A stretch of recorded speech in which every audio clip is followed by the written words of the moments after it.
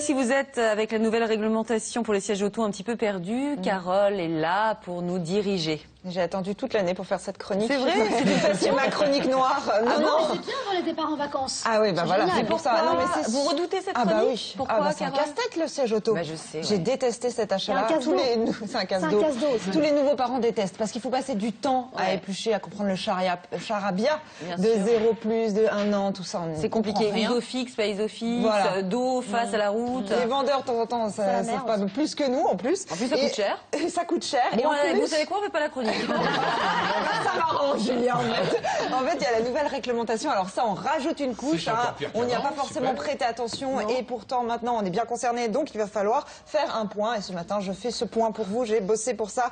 Alors, petit récap. Le 9 juillet 2013, il y a une nouvelle réglementation qui est entrée en vigueur.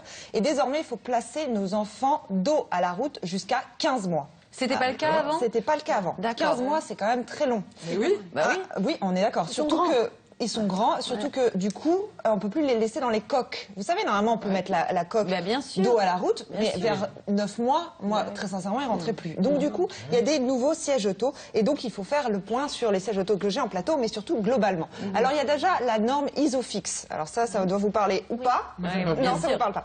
Alors en fait, les voitures, c'est les trucs qui se clipent là. Voilà, vous avez là en plateau, les deux modèles sont Isofix, donc vous avez 2 tiges qui vont être clipsées directement dans votre voiture.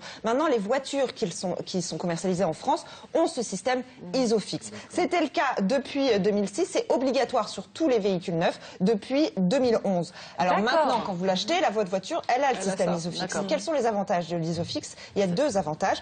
Notamment, d'abord, c'est plus simple et il n'y a pas de risque d'erreur. Parce que sachez que 27% des parents attachent très mal le siège auto ou la coque de leur enfant. Et du coup, les accidents sont très Alors qu'avec dangereux. Isofix, au moins, on est sûr que c'est bien clipsé. C'est bien clipsé et aussi, donc, c'est plus efficace que la traditionnelle ceinture de sécurité pour les enfants. Donc du coup, vous êtes d'accord avec moi, Isofix, vous vérifiez si votre voiture a Isofix ou pas. D'accord. Et comme ça, vous allez être plus tranquille. Donc si j'ai bien compris, Carole, si on a un nouveau-né et une nouvelle voiture, on vérifie bien que le système est Isofix et qu'il est dos à la route, c'est bien ça? Voilà, l'enfant doit être dos à la route. D'accord. Et le système Isofix. Alors si votre voiture n'a pas ce système Isofix, parce que vous avez une vieille voiture, et que vous voulez absolument ce système pour être bien tranquille, vous allez pouvoir acheter des socles Isofix. Ça coûte environ 100 €. Mais bien sûr, les sièges auto sont en plus chers quand c'est Isofix.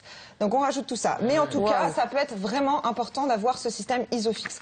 Ensuite, vous avez donc ce système de siège auto. Le bémol, en quelque sorte, c'est que vous allez devoir vous transporter votre enfant. Je vous parlais des coques. Vous savez, les coques, vous les prenez, vous les clipsez sur les poussettes. Là, avec ce système, c'est plus compliqué parce que vous allez devoir sortir votre bébé et le mettre dans la poussette. Donc en termes d'organisation, il faut réfléchir avant d'acheter ce genre de siège. Ça bouge pas de la voiture, Carole. Ça ne bouge pas de la voiture. En plus, c'est très lourd. Donc du coup, ça ne bouge pas de la voiture. Et donc, il faut prendre son bébé et le transporter dans la poussette. Donc ça, c'est un problème. Mais ça reste très important d'utiliser des nouveaux sièges auto. Pourquoi? On va faire un point sur le fait que dos à la route, c'est quand même mieux qu'être face à la route. En fait, votre enfant, on a eu des études là-dessus, quand il est face à la route, son poids du corps va être transporté à l'avant. Voilà, vous avez des images. À gauche, c'est face à la route. À droite, dos à la route. En fait, vous voyez la tête englobe en fait tout le corps, amène tout le corps vers l'avant. Et du coup, les séquelles sont plus importantes. Alors forcément, on est obligé de se baser sur les crash tests des constructeurs. Donc voilà, information à prendre avec un peu avec des pincettes, avec un peu de distance. Mais a priori, c'est 80% de séquelles en plus quand vous êtes face à la route.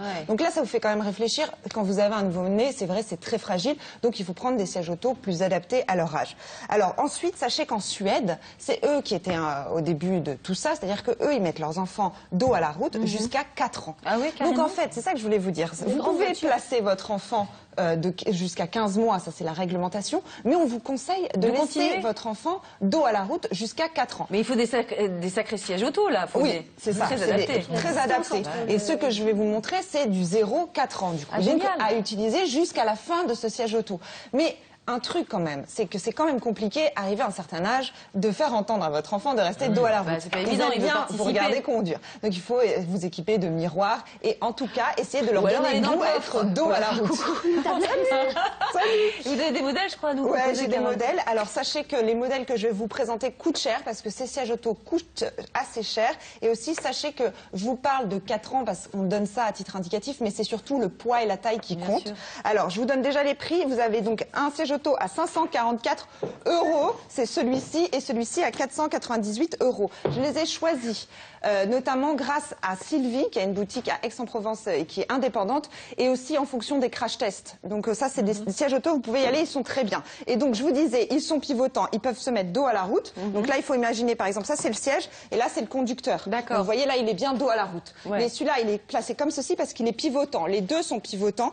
Alors, à savoir que c'est beaucoup plus pratique, je vous le rappelle. C'est génial. Pour sortir votre enfant, vous savez, vous avez la facilité de le sortir plus facilement. L'autre, il n'est pas pivotant, Carole? Si les deux sont pivotants et à 360 degrés. C'est-à-dire qu'après, vous pouvez le mettre face à la route. Quand l'enfant, je vous le disais, il faut éviter. Mais s'il crie et qu'il va être absolument face à la route à partir d'un certain âge, après 15 mois, vous vous souvenez, eh ben, vous pouvez le mettre face à la route.